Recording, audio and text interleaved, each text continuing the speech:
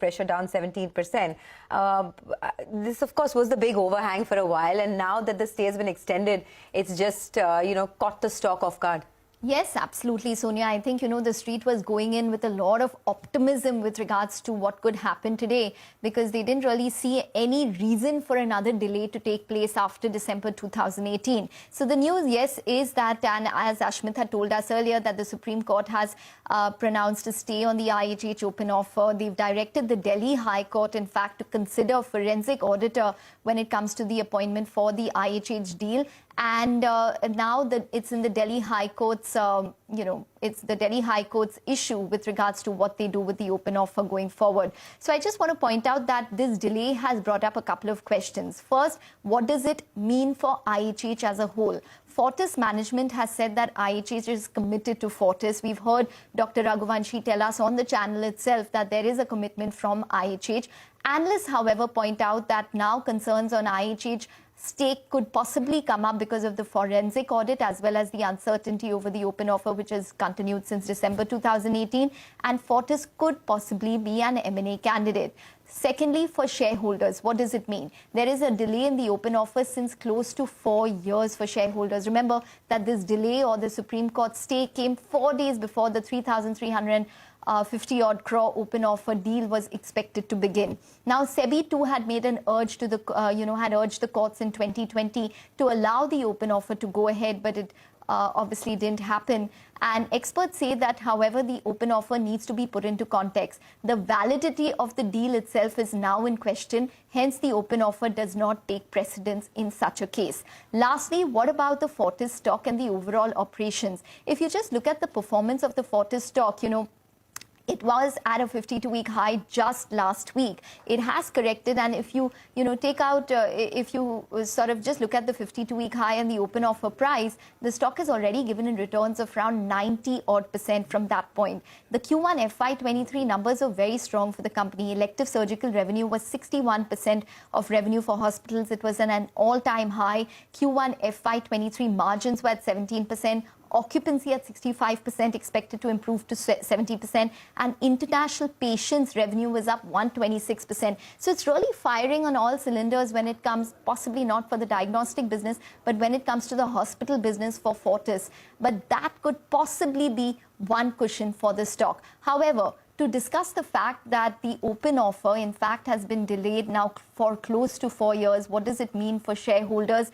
J N Gupta, the former ED of SEBI, joins in to discuss this and this perspective of the case. Mr. Gupta, hi. Thanks very much for joining in. Well, we've been discussing this since 2018, and I wanted your perspective now.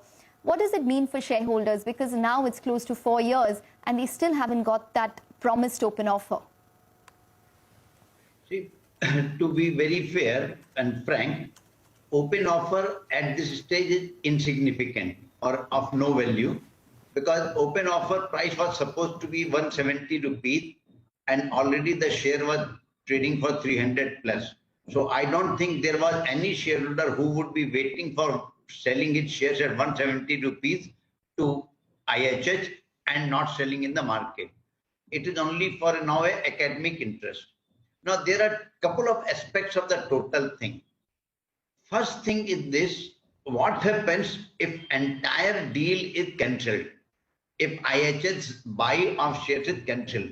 To me, it is a situation I don't think there is any possibility, because for 4 years and plus, IHH has been sitting in the management of Fortis, and they would have done transactions, because if the turnover of the company is to be taken, so they would have done transaction of 10,000 plus crores in last 4 years.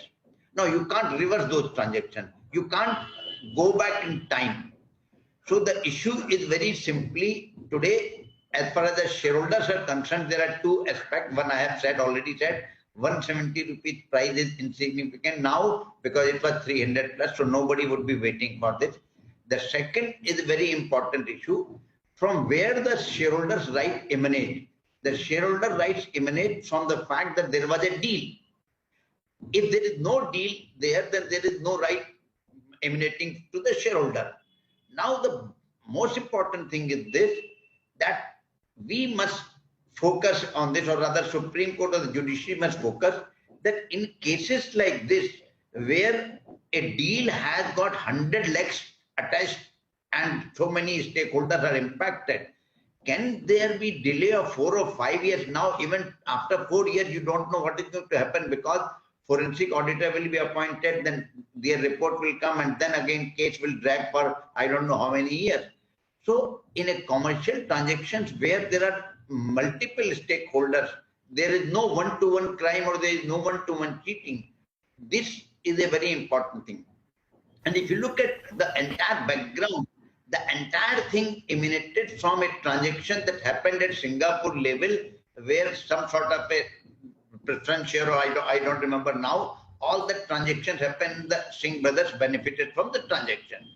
Now, after 4 years saying that everything is wrong, we must now go back and find out what was the auditor doing, what auditors had done, and what the bankers had done. Because it is an issue where the whole system is a trouble. That people will lose confidence in the system if after 4 years some deal is cancelled. So from a shareholder standpoint, you did mention about what the way forward could look like. I'm trying to understand that what about IHH's commitment to, CAPEX, the expansion plans? What happens to all of that? See, I tell you, IHH is in a very difficult position. After putting so many crores or thousands of crores in the system, now they have no option but to say that I am committed because I have spent my 4,000, 5,000 crore into the deal. So it is not a thing that I will not be committed. The problem is, what if IHH deal is set aside? Then what is going to happen to this and where this shares will go? And whether Daiichi will be the owner of those shares, we do not know. So all this thing is in a very grey area. But two things are very clear. As far as retail investors or shareholders are concerned, they already had 4-year time to exit at a much better price. That was the open offer price. So there is no cribbing from that side. The second and most important thing is a systemic issue that all such cases cannot take 4 years or 5 years to be decided because it impacts. Because there is no way you can put Fortis back to 4-year back position before IHH came. IHH has taken now. Tomorrow there will be an issue after something that now you got to examine what IHH did in 4 years. It's opening a can of worms. Right. Thanks, Mr. Gupta, for joining in. Points well made and taken on board as well. We hope that, the points that you've made will perhaps at some point, at least in prospective deals, be noted as well. And, it won't take as long for these resolutions.